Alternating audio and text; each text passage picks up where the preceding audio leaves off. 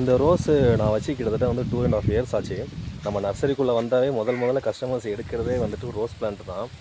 அவங்கள ஆனால் மேஜராக நம்மள்ட்ட சொல்லக்கூடியது நம்ம வாங்கிட்டு போகிறோம். ஒரு 4 பட்ஸ் வைக்கிது, 5 பட்ஸ் வைக்கிது, அதுக்கப்புறம் செத்துருது. எங்களுக்கு எப்படி மெயின்டைன் பண்ணுறோம், என்ன பண்ணுறதுன்னு தெரியல அப்படிங்கிறது தான்.